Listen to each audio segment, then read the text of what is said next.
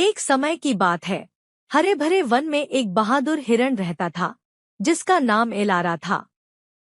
अन्य हिरणों के विपरीत, जो डरपोक और शर्मीले होते थे, एलारा में एक अडिग आत्मा और साहस से भरा दिल था। उसकी चमकदार खाल धूप में चमकती थी और उसकी आंखों में दृढ़ संकल्प झलकता था। वन सभी प्रकार के जीवों का आश्रय स्थल था, चहचहाते पक्षियों से लेकर खेलते गिलहरियों तक। हालांकि यह एक भयानक भेड़ियों के झुंड का भी घर था, जिसकी अगुवाई निर्दयी अल्फा फांग करता था। फांग और उसका झुंड जंगल में आतंक फैलाते थे, कमजोरों पर हमला करते थे और निवासियों में डर पैदा करते थे।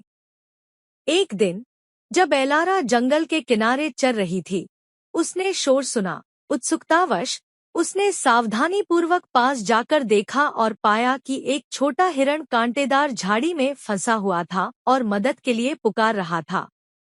बिना किसी हिचकिचाहट के एलारा ने सावधानीपूर्वक तीखे कांटों के बीच से रास्ता बनाया और अपनी मजबूत टांगों का उपयोग करके छोटे हिरण को छुड़ाया।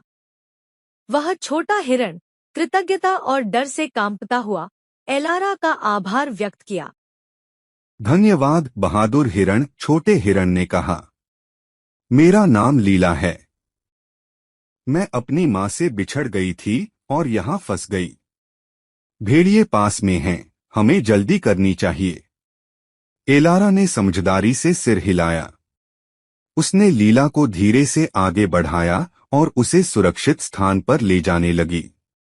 रास्ते में एलारा सतर्क रही, भेड़ियों के किसी भी संकेत के लिए चौकस।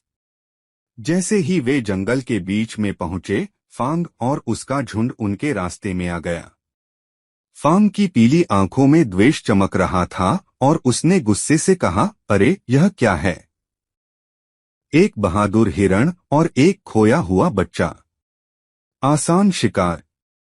एलारा ने सीना तान कर लीला और भेड़ियों के बीच खड़ी हो गई। हम किसी झगड़े की तलाश में नहीं हैं, फांग। हमें जाने दो और हम तुम्हारे क्षेत्र में हस्तक्षेप नहीं करेंगे। फांग ने क्रूरता से हंसते हुए कहा, बहादुर शब्द लेकिन मूर्खता। कोई भी भेड़ियों का सामना नहीं करता और जीवित नहीं रहता। अचानक फांग ने तेजी से हमला किया, लेकिन एलारा तैयार थी। अपनी फुर्ती और कृपा से उसने उसके हमले से बचकर अपनी शक्तिशाली पिछली टांगों से प्रहार किया, जो सीधे उसकी छाती पर लगी। फांग दर्द से चिल्लाया, कुछ क्षणों के लिए हक्का बक्का रह गया।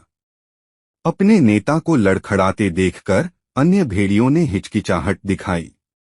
एलारा ने अवसर का लाभ उठाया और लीला को भागने का संकेत दिया। दोनों एक साथ झाड़ियों के बीच से भागे, पेड़ों के बीच से होकर और गिरे हुए लकड़ी के ऊपर से छलांग लगाते हुए। भेड़ियों ने उनका पीछा किया, लेकिन एलारा के जंगल के ज्ञान और उसकी तेज गति ने उन्हें दूर रखा। आखिरकार वे एक छुपे हुए घास के मैदान में पहुंचे, जहां लीला की मां और अन्य हिरणों का एक समूह शरण लिए हुए था। हिरणों ने एलारा और लीला का स्वागत किया, उन्हें भोजन और सुरक्षा प्रदान की। फांग और उसका झुंड यह समझते हुए कि उन्होंने अपने शिकार को खो दिया है, अंधेरे में वापस चले गए। एलारा की बहादुरी की कहानी पूरे जंगल में फैल गई। वह आशा और साहस का प्रतीक बन गई, अन्य जानवरों को भेड़ियों का सामना करने के लिए प्रेरित करती रही। कभी डरे हुए जीव एकजुट होने लगे, संख्या में शक्ति पाकर और अपने घर की रक्षा करने का संकल्प लेकर। समय के साथ जंगल एक शांतिपूर्ण आश्रय स्थल बन गया, जहां सभी जीव एक साथ मिलजुल कर रहने लगे। एलारा ने अपने साथी निवासियों की रक्षा करना जारी रखा, सदैव सतर्क और उनकी रक्षा के लिए तैयार। भेड़ियों के खिलाफ खड़ी होने वाली बहादुर हिरण के रूप में उनकी विरासत जीवित रही, सभी को यह याद दिलाते हुए कि खतरों का सामना करने में भी साहस और दया की जीत हो सकती है। और इस तरह बहादुर हिरण एलारा की कहानी पीढ़ी दर पीढ़ी सुनाई जाती रही, एक अनंत कहानी साहस और एकता की शक्ति की।